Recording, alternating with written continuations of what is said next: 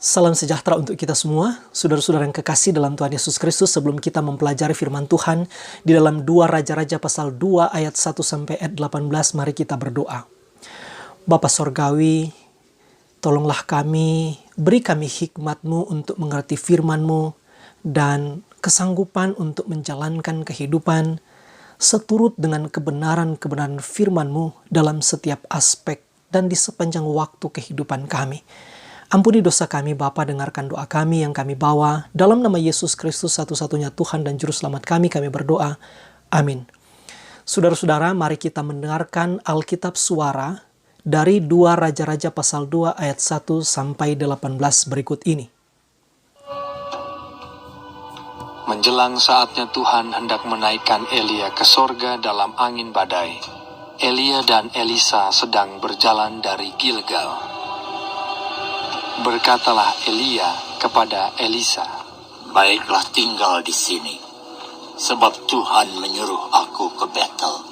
Tetapi Elisa menjawab, "Demi Tuhan yang hidup, dan demi hidupmu sendiri, sesungguhnya aku tidak akan meninggalkan engkau." Lalu pergilah mereka ke Betel. Pada waktu itu, keluarlah rombongan nabi yang ada di Betel mendapatkan Elisa. Lalu berkatalah mereka kepadanya, "Sudahkah engkau tahu bahwa pada hari ini Tuhanmu akan diambil daripadamu oleh Tuhan, terangkat ke sorga?" Jawabnya, "Aku juga tahu, diamlah." Berkatalah Elia kepadanya, "Hei Elisa, baiklah tinggal di sini, sebab Tuhan menyuruh aku ke Yeriko." Tetapi jawabnya, "Demi Tuhan yang hidup, dan demi hidupmu sendiri, sesungguhnya aku tidak akan meninggalkan engkau." Lalu sampailah mereka di Yeriko. Pada waktu itu, mendekatlah rombongan nabi yang ada di Yeriko kepada Elisa serta berkata kepadanya, "Sudahkah engkau tahu bahwa pada hari ini Tuhanmu akan diambil daripadamu oleh Tuhan, terangkat ke sorga?" Jawabnya, "Aku juga tahu, diamlah." berkatalah Elia kepadanya, "Baiklah tinggal di sini, sebab Tuhan menyuruh aku ke sungai Yordan." Jawabnya, "Demi Tuhan yang hidup, dan demi hidupmu sendiri, sesungguhnya aku tidak akan meninggalkan engkau." Lalu berjalanlah keduanya. 50 orang dari rombongan nabi itu ikut berjalan, tetapi mereka berdiri memandang dari jauh ketika keduanya berdiri di tepi sungai Yordan. Lalu Elia mengambil jubahnya, digulungnya, dipukulkannya ke atas air itu, maka terbagilah air itu ke sebelah sini dan ke sebelah sana, sehingga menyeberanglah keduanya dengan berjalan di tanah yang kering. Dan sesudah mereka sampai di seberang, berkatalah Elia kepada Elisa, "Mintalah apa yang hendak kulakukan kepadamu, sebelum aku terangkat daripadamu." Jawab Elisa, "Biarlah kiranya aku mendapat 2 bagian dari rohmu." Berkatalah Elia, "Yang kau minta itu adalah sukar, tetapi jika engkau dapat melihat aku terangkat daripadamu, akan terjadilah kepadamu seperti yang demikian. Dan jika tidak akan terjadi." Sedang mereka berjalan terus sambil berkata-kata, tiba-tiba datanglah kereta berapi dengan kuda berapi memisahkan keduanya. Lalu naiklah Elia ke sorga dalam angin badai. Ketika Elisa melihat itu, maka berteriaklah ia, "Bapakku, Bapakku, kereta Israel dan orang-orangnya yang berkuda."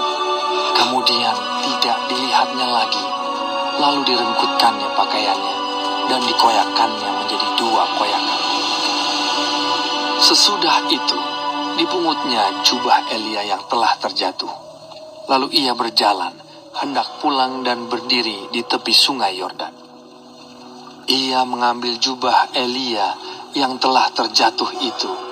Dipukulkannya ke atas air itu sambil berseru, Di manakah Tuhan Allah Elia? Ia memukul air itu, lalu terbagi ke sebelah sini dan ke sebelah sana, maka menyeberanglah Elisa. Ketika rombongan nabi yang dari Yerikho itu melihat dia dari jauh, mereka berkata, Roh Elia telah hingga pada Elisa. Mereka datang menemui dia, lalu sujudlah mereka kepadanya sampai ke tanah. Mereka berkata, Coba lihat, di antara hamba-hambamu ini ada 50 orang laki-laki, orang-orang tangkas. Biarlah mereka itu pergi mencari Tuhanmu. Jangan-jangan ia diangkat oleh roh Tuhan dan dilemparkannya ke atas salah satu gunung atau ke dalam salah satu lembah. Elisa menjawab, Janganlah suruh pergi. tetapi ketika mereka mendesak-desak dia sampai memalukan, maka berkatalah ia, Suruhlah pergi. mereka menyuruh 50 orang. Orang-orang ini mencari 3 hari lamanya, tetapi tidak bertemu dengan Elia. Ketika mereka kembali kepada Elisa yang masih tinggal di kota Yerikho, berkatalah ia kepada mereka, Bukankah telah kukatakan kepadamu, jangan pergi? Terpujilah Tuhan untuk firman-Nya yang suci. Nah, saudara-saudara yang kekasih dalam Tuhan Yesus Kristus, kita akan mempelajari bagian ini dalam tema regenerasi pelayanan sesuai kehendak Tuhan, belajar dari Elia dan Elisa. Saudara-saudara yang kekasih dalam Tuhan Yesus Kristus, dalam setiap institusi, hal peralihan kepemimpinan seringkali menjadi salah satu masalah besar dan berkepanjangan. Penyebabnya bisa bermacam-macam. Salah satunya adalah kalau misalnya pemimpin lama atau pemimpin yang lebih tua ingin terus-menerus berkuasa dan untuk itu melakukan segala cara untuk mempertahankan kekuasaannya, serta tidak sudi menyerahkan tongkat kepemimpinan kepada yang baru atau yang lebih muda. Padahal saudara tahu, salah satu tanda keberhasilan sang pemimpin bukan tentang berapa lama ia berkuasa, tapi berapa banyak generasi baru yang ia siapkan untuk meneruskan kepemimpinan institusi tersebut. Saudara-saudara,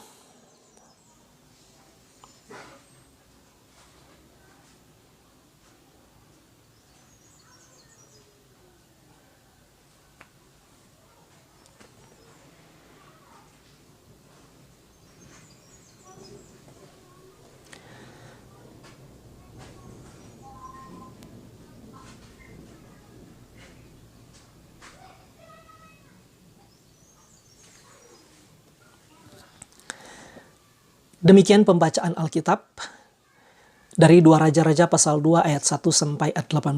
Saudara-saudara yang kekasih dalam Tuhan Yesus Kristus, kita akan merenungkan bagian ini di bawah tema regenerasi pelayanan sesuai kehendak Tuhan, belajar dari Elia dan Elisa. Saudara-saudara, dalam setiap institusi, hal peralihan kepemimpinan seringkali menjadi salah satu masalah besar, bahkan kadang-kadang menjadi masalah berkepanjangan. Penyebabnya bisa bermacam-macam. Salah satunya adalah kalau pemimpin lama atau pemimpin yang lebih tua ingin terus-menerus berkuasa dan untuk itu melakukan segala cara untuk mempertahankan kekuasaannya serta tidak sudi menyerahkan tongkat kepemimpinan kepada yang baru atau yang lebih muda.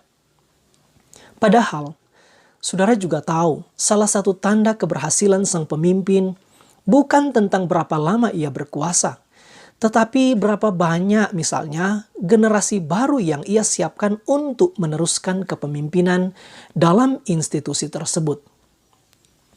Sebaliknya, peralihan kepemimpinan atau kepelainan bisa juga menjadi masalah kalau misalnya generasi yang lebih muda merampas dengan paksa atau dengan tidak wajar posisi-posisi kepemimpinan dari generasi yang lebih tua. Saudara-saudara, persoalan suksesi atau regenerasi kepemimpinan atau kepelainan seperti ini tidak saja sering terjadi dalam institusi sekuler. itu sering juga terjadi dalam institusi rohani, termasuk gereja. Padahal sejatinya gereja harus menjadi model bagaimana suksesi atau regenerasi yang sehat dan bermartabat.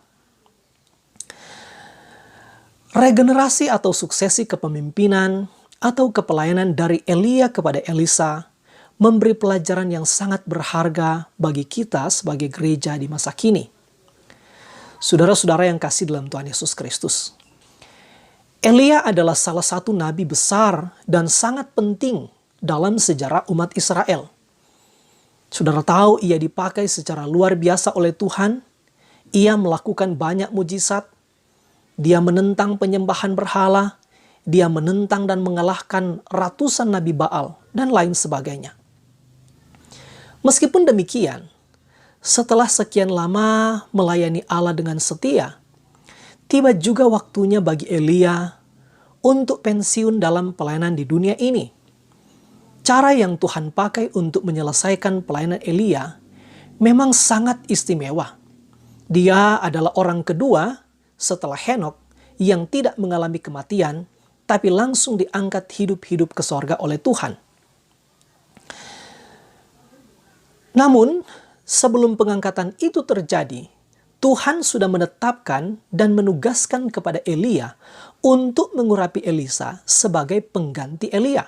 Perhatikan dalam 1 Raja-Raja 19 ayat 16. Hal ini memberi dua pelajaran penting bagi kita sebagai warga gereja pada masa kini.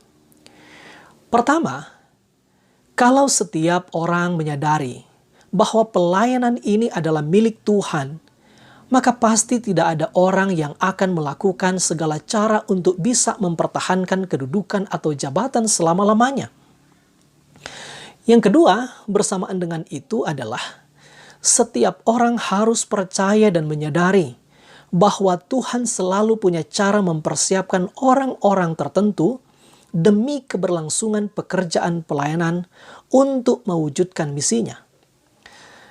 Kalau hal ini disadari, maka kegaduhan dalam setiap regenerasi pelayanan pasti bisa dihindari. Saudara-saudara, Nabi Elia sadar betul bahwa hidup dan pelayanannya adalah milik Tuhan, sehingga dia tidak berusaha mempertahankan kedudukan atau jabatan kenabiannya yang besar, yang penting, dan pasti sangat terkenal itu. Sekaligus ketika Elia sudah tahu bahwa Elisa yang akan menggantikan dia, Elia tidak berusaha misalnya memusuhi atau menghambat atau mempersulit proses regenerasi kepelayanan kepada Elisa. Walaupun Elisa masih muda, belum berpengalaman, dan mungkin tidak setenar Nabi Elia. Saudara-saudara, gereja membutuhkan pemimpin-pemimpin yang punya kerendahan hati dan kebesaran jiwa seperti itu. Dalam 2 Raja-Raja pasal 2 ayat 1-18 ini, kita juga bisa memperhatikan hal-hal lain. Pertama, kita mendapat gambaran yang jelas bahwa Elia dan Elisa terus bersama, berjalan bersama, terutama di saat-saat terakhir menjelang pengangkatan Elia ke sorga. Kita patut menduga bahwa di saat-saat itulah Elia terus mempersiapkan Elisa, setidaknya agar memiliki visi pelayanan yang sama. Ini juga memberi pelajaran berharga bagi gereja, bahwa kalau saja pemimpin lama yang sedang berkuasa terus merangkul calon-calon pemimpin baru, maka bukan saja terhindar dari kegaduhan dalam proses regenerasi, malah visi, misi, atau program pelayanan yang dipandang baik oleh pemimpin lama akan terus berlanjut kepada generasi selanjutnya. Saudara-saudara, hal ini bagi saya perlu disebutkan karena kadang-kadang salah satu ketakutan para pemimpin yang lama adalah misalnya visi dan misi serta program kerja yang dipandangnya baik tidak akan dilanjutkan oleh generasi atau pengganti berikutnya. Tapi Elia berhasil melakukan itu. Saudara-saudara, memang dalam bacaan kita dikatakan bahwa ketika Tuhan menyuruh Elia pergi ke Betel, ke Yeriko, dan kemudian ke Sungai Yordan, Elia meminta sampai 3 kali kepada Elisa supaya atau untuk tidak ikut bersamanya. Memang tidak disebutkan apa alasannya. Apakah Elia memang tidak mau merepotkan atau mempersulit muridnya itu? Atau hanya bermaksud menguji sejauh mana kesetiaan dan kegigihan Elia? Kita juga tidak tahu. Sebab ketika Elisa mendesak untuk tetap ikut, toh Elia tetap mengizinkan. Saudara-saudara, hal penting kedua yang perlu juga kita perhatikan dalam perikop ini adalah bagaimana kehidupan dan sikap Elia ketika dia sudah tahu bahwa ia sudah berada di jam-jam terakhir di bumi. Bagaimanapun caranya, sesaat lagi dia akan meninggalkan dunia ini. Elia tidak menunjukkan tanda-tanda kecemasan. Pelajaran berharga bagi kita adalah, hanya jika kita telah berjalan bersama Tuhan di dunia ini, maka kita tidak akan pernah gelisah ketika akhir hidup kita mendekat, sekalipun itu melalui kematian. Yang kita dapati adalah Elia menghabiskan sebagian besar jam-jam terakhirnya dalam aktivitas dan kesibukan yang berguna.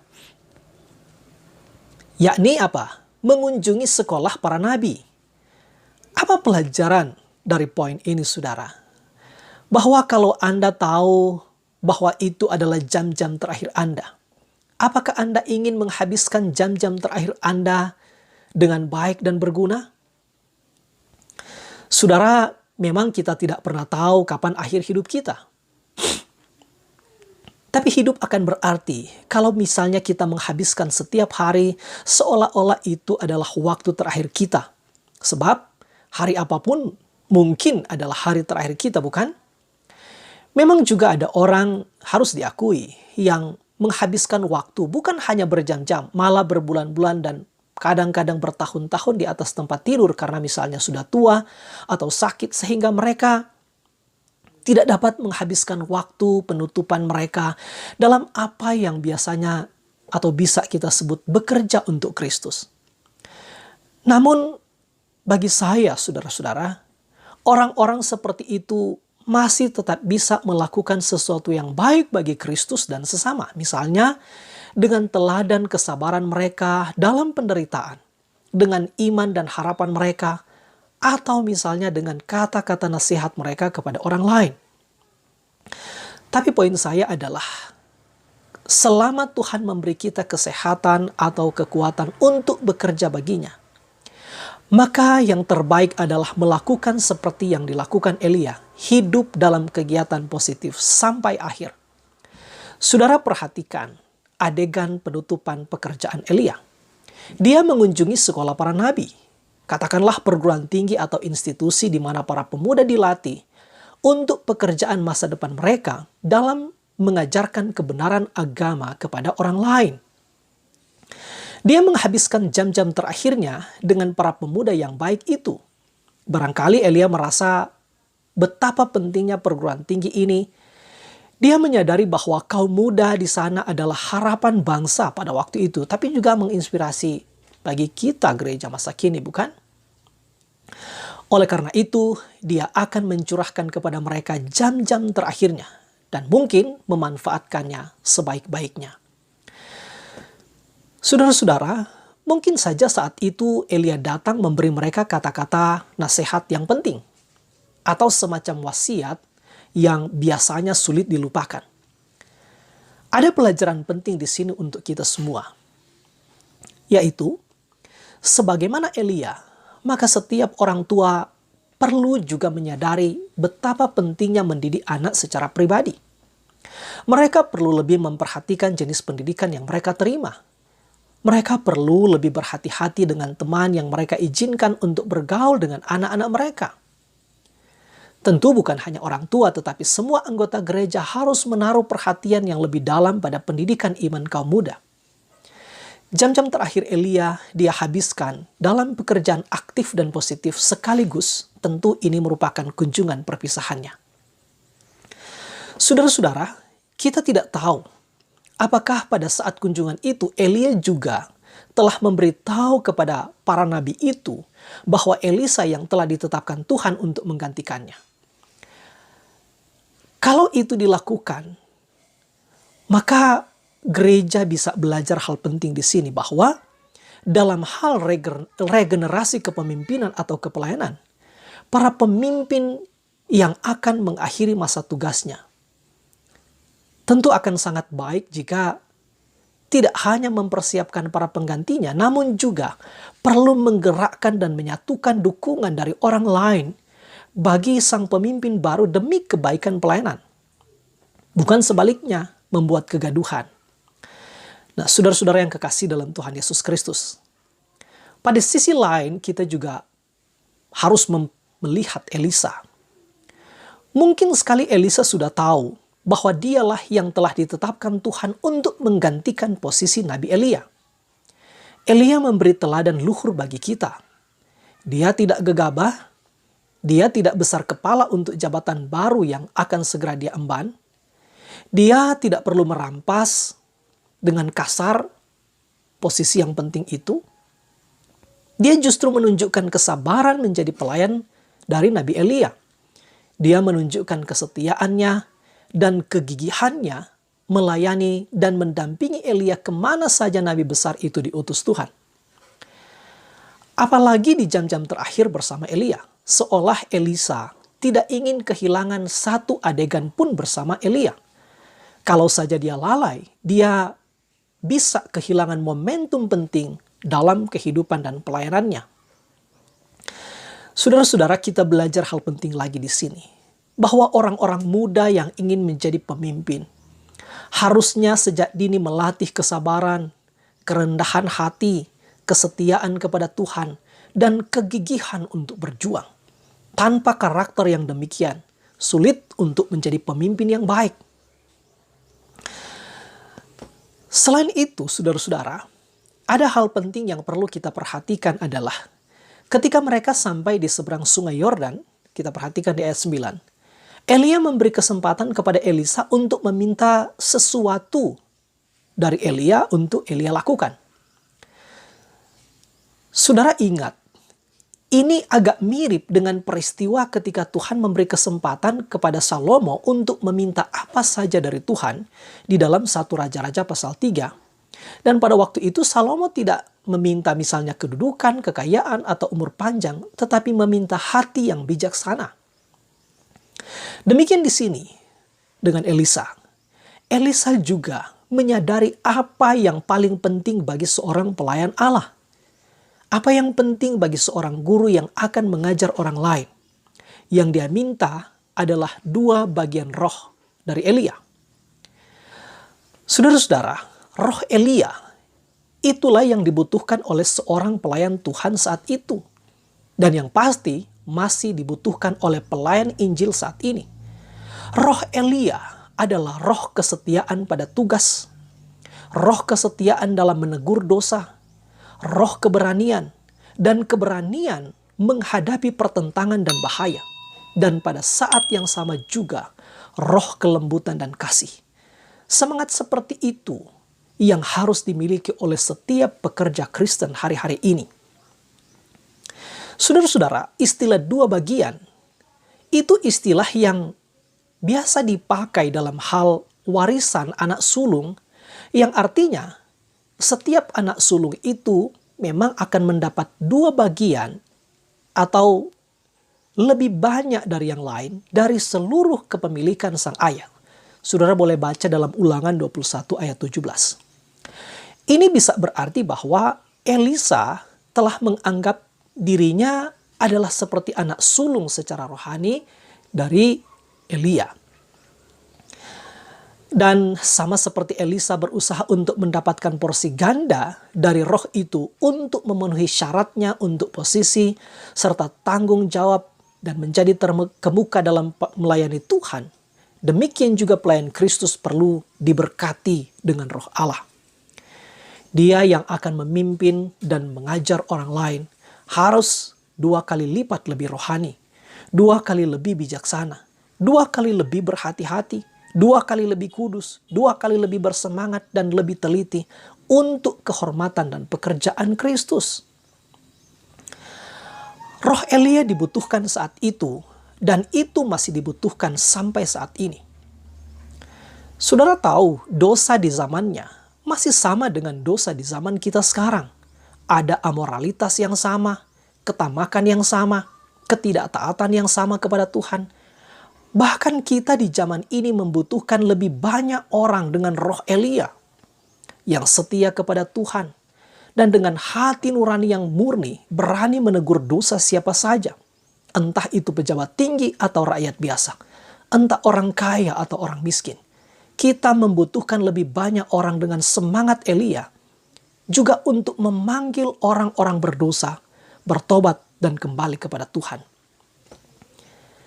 Permintaan perpisahan Elisa adalah sebuah permintaan yang pantas kita semua buat dalam doa kita kepada Tuhan, agar dua bagian atau porsi ganda dari roh Elia juga ada pada kita. Bagi Elia, permintaan itu sulit. Artinya, roh kenabian itu bukan sesuatu yang serta-merta dapat diwariskan. Allah lah yang berhak memberikan itu, bukan Elia. Sebab itu Elia mengajukan syarat yang juga mustahil. Yaitu, kalau Elisa bisa melihat peristiwa pengangkatan Nabi Elia, maka apa yang diminta Elisa bisa terwujud. Dengan syarat itu, Elia menyerahkan kedaulatan sepenuhnya kepada Allah. Kalau itu kehendak Allah, maka Elisa pasti akan melihat Elia terangkat ke sorga. Akhirnya, saudara-saudara, memang Elisa bisa melihat Elia terangkat ke sorga, bukan?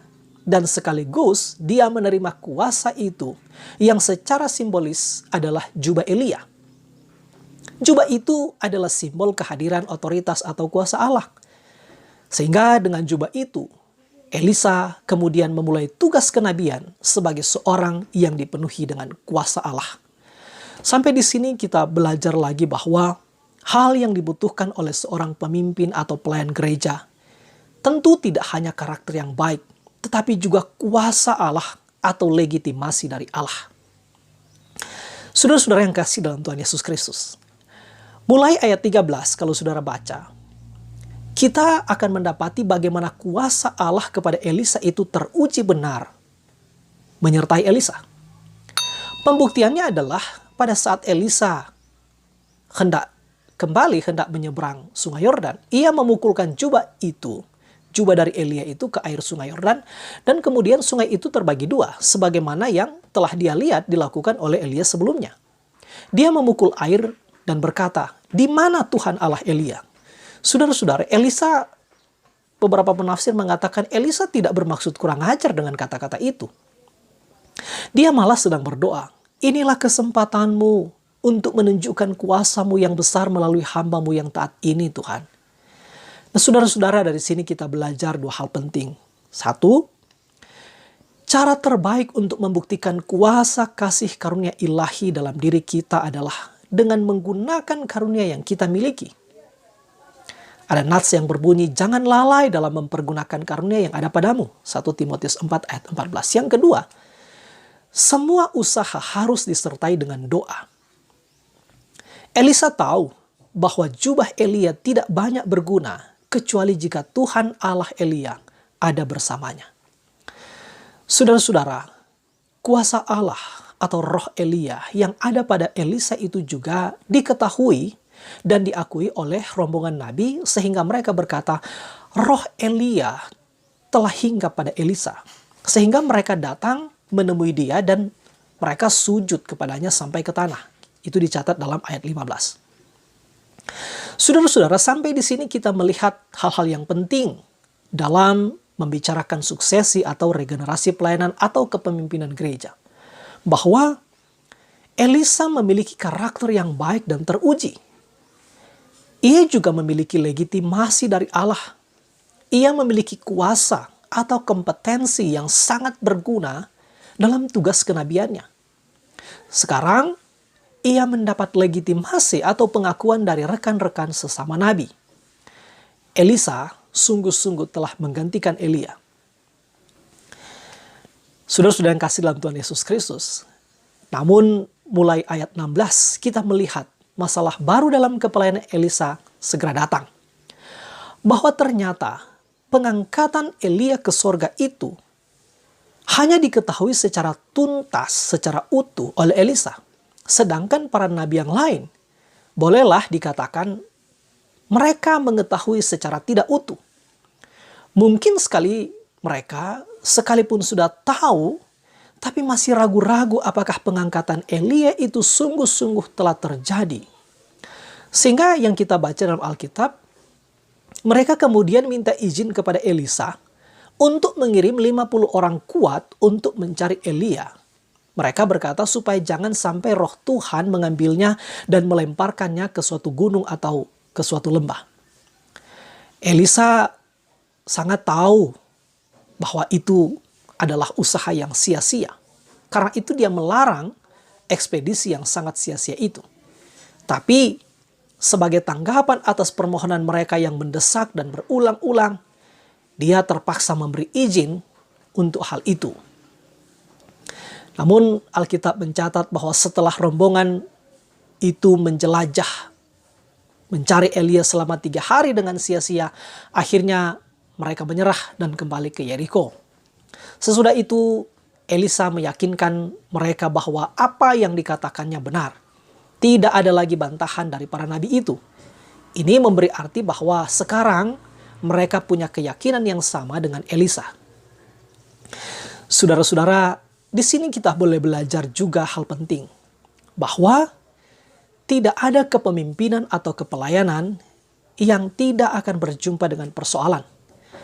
Salah satu bahaya yang mungkin datang setelah suksesi atau regenerasi kepelayanan adalah tidak adanya keyakinan yang sama pada kehendak Tuhan.